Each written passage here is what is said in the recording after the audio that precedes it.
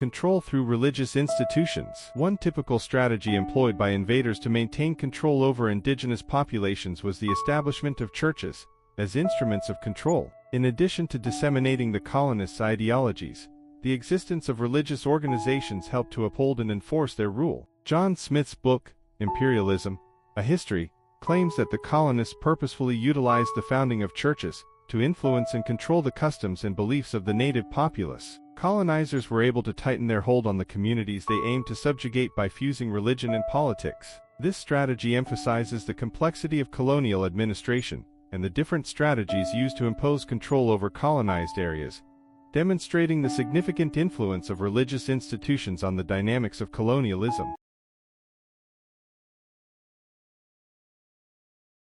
Christianity. As a result, civilizations and belief systems blended and significantly altered Africa's religious landscape. It is impossible to dispute the influence of colonialism on Christianity's widespread practice in Africa, even in light of the contentious and occasionally oppressive means employed to propagate the faith. 10. Distortion of religious narrative. Finding out that European settlers imposed Christianity on Africa, especially by compulsion and force, is depressing. This strategy took away the African people's sovereignty and freedom to follow their own beliefs, in addition to ignoring their rich cultural and spiritual heritage. According to the article, Forced Conversion and Its Impact on African Societies, by Dr. Adebayo Oyeni, the brutal methods employed by colonists to force Africans to become Christians had a significant negative impact on the indigenous customs and social structure of the communities they affected. It acts as a sobering reminder of the terrible periods in history when the abuse of power was done in the name of religious dominance.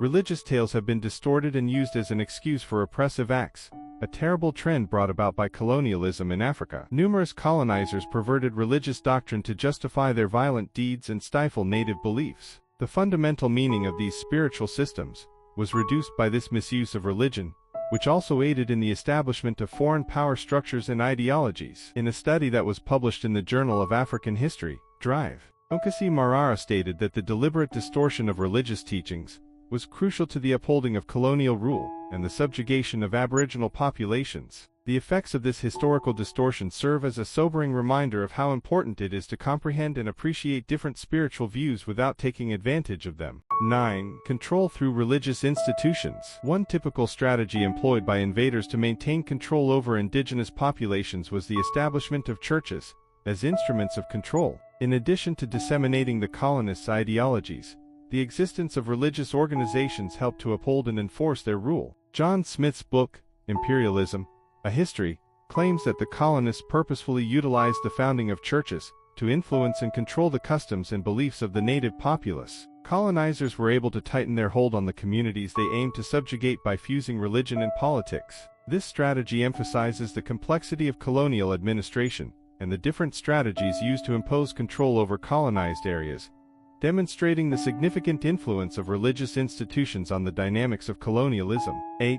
Economic exploitation under the guise of charity. It's critical to recognize the complexity of these societies' experiences while discussing how religious organizations' authority during colonization in Africa limited the freedom of religion for native inhabitants. Before foreign faiths were imposed by colonization operations, countless indigenous African tribes and societies were directed by their own spiritual beliefs. Native American customs were frequently suppressed after Christianity and Islam were introduced, diminishing the community's autonomy and ability to express their spirituality. The article, Colonialism and Christianity in Mandate Palestine, by Laura Robson discusses how colonists' imposition of foreign religions restricted indigenous peoples' freedom to practice their religions. This pattern is evident in other colonized regions. Recognizing and taking lessons from these historical injustices is essential as we work toward equality and respect for all cultures and religions.